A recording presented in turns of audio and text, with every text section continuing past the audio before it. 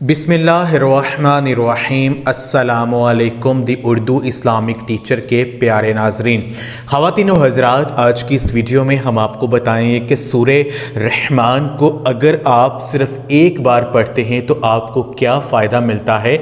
सूरे रहमान को पढ़ने के फ़ज़ाइल व बरक़ात हम आपको कुरान और हदीस की रोशनी में बताएंगे।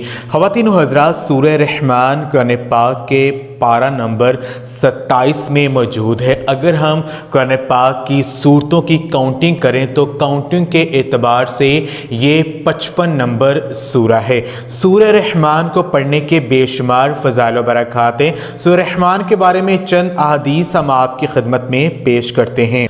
सूरह रहमान हुस्न इबारत और हुस्न तरस के लिहाज से कुरान पाक की ज़ीनत है, क्योंकि तफसीर इब्ने कसीर में लिखा है कि ये सूरत अपने हुस्न इबारत और उम्दा तर्ज़ अदायगी में दुल्हन की तरह रास्ता और पेरास्ता है। हज़रत अली रज़ी अल्लाह ताला अन्हो से रवायत है कि हज़ूर नबी पाक सल्लल्लाहु अलैहि वसल्लम ने फरमाया है कि हर चीज़ का हुस्न व जमाल होता है और कुरान मजीद का हुस्न व जमाल सूरह रहमान है। हज़रत फ़ातिमा रज़ी अल्लाह ताला अन्हा से मरवी है कि हज़ूर नबी पाक सल्लल्लाहु अलैहि वसल्लम ने फरमाया है कि सूरह रहमान पढ़ने वाला आसमानों और ज़मीन में फिरदौस का रहने वाला पुकारा जाता है। हज़रत अबी बिन कौब रज़ी अल्लाह ताला अन्हो से रवायत है कि हज़ूर नबी पाक सल्लल्लाहु अलैहि वसल्लम ने फरमाया कि जो सूरह रहमान पढ़े इसने अल्लाह तबारक व तआला की नेमतों का शुक्र अदा किया।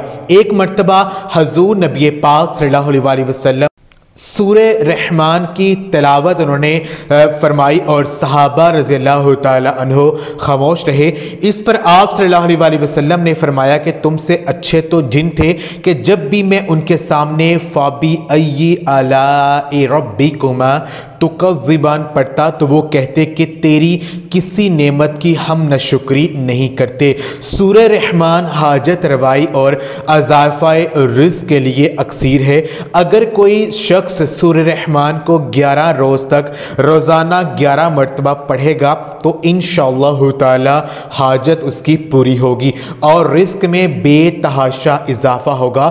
सूरह रहमान को 7 दिन तक रोज़ाना 7 मरतबा पढ़कर पानी पर दम करके मकान की दीवारों पर छिड़कने से मूज़ी जानवर यानी सांप वगैरह बिच्छू जो हैं वो इंशाअल्लाह ताला घर से भाग जाएंगे। हसूल तंदुरुस्ती के लिए सूरह रहमान 11 मरतबा रोज़ाना पढ़ने से इंशाअल्लाह ताला बीमारी से शिफा हासिल होगी और मरीज़ जो है वो जल्दी तंदुरुस्त हो जाएगा।